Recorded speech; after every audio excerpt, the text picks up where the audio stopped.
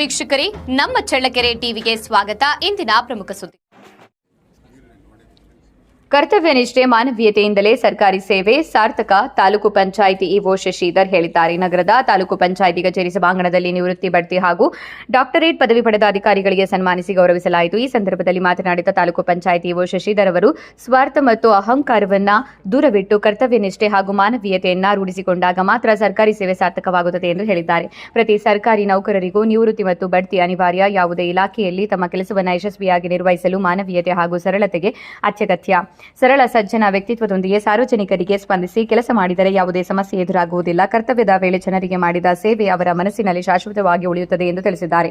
ಕಾರ್ಯದರ್ಶಿಯಾಗಿ ನಿವೃತ್ತಿ ಹೊಂದಿದ ಹೋಬಣ್ಣ, ಕಾರ್ಯದರ್ಶಿಯಿಂದ ಗ್ರೇಡ್ 1 ಕಾರ್ಯದರ್ಶಿಯಾಗಿ ಬಡ್ತಿ ಪಡೆದ ಬೋರಣ್ಣ, ಕಾರ್ಯದರ್ಶಿಯಿಂದ ಪಿಡಿಒ ಆಗಿ ಬಡ್ತಿ ಪಡೆದ ಕೊರ್ಲಯ್ಯ ಹಾಗೂ ಡಾಕ್ಟರೇಟ್ ಪದವಿ ಪಡೆದ ಪಿಡಿಒ ಎನ್ಆರ್ ತಿಪ್ಪೇಸ್ವಾಮಿ ಅವರಿಗೆ ಸನ್ಮಾನಿಸಿ ಗೌರವಿಸಲಾಯಿತು. ಈ ಸಂದರ್ಭದಲ್ಲಿ ಪಿಡಿಒಗಳು, ಗ್ರಾಮ ಪಂಚಾಯಿತಿ ಸಿಬ್ಬಂದಿ ಹಾಗೂ ತಾಲೂಕು ಪಂಚಾಯಿತಿ ಕಚೇರಿ ಸಿಬ್ಬಂದಿಗಳು ಉಪಸ್ಥಿತರಿದ್ದರು.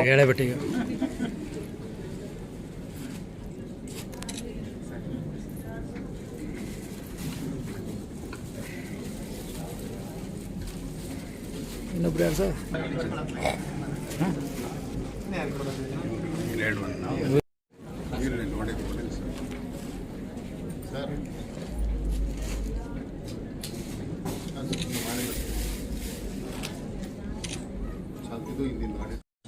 ಅದಕ್ಕಿಂತ ಮುಂಚೆ 4 ಜನ ಇದ್ದಾರೆ, ಅವ್ರಿಗೆ ಸನ್ಮಾನವನ್ನು ಮಾಡಿಬಿಟ್ಟು ಆ ನಂತರ ಕಾರ್ಯಕ್ರಮ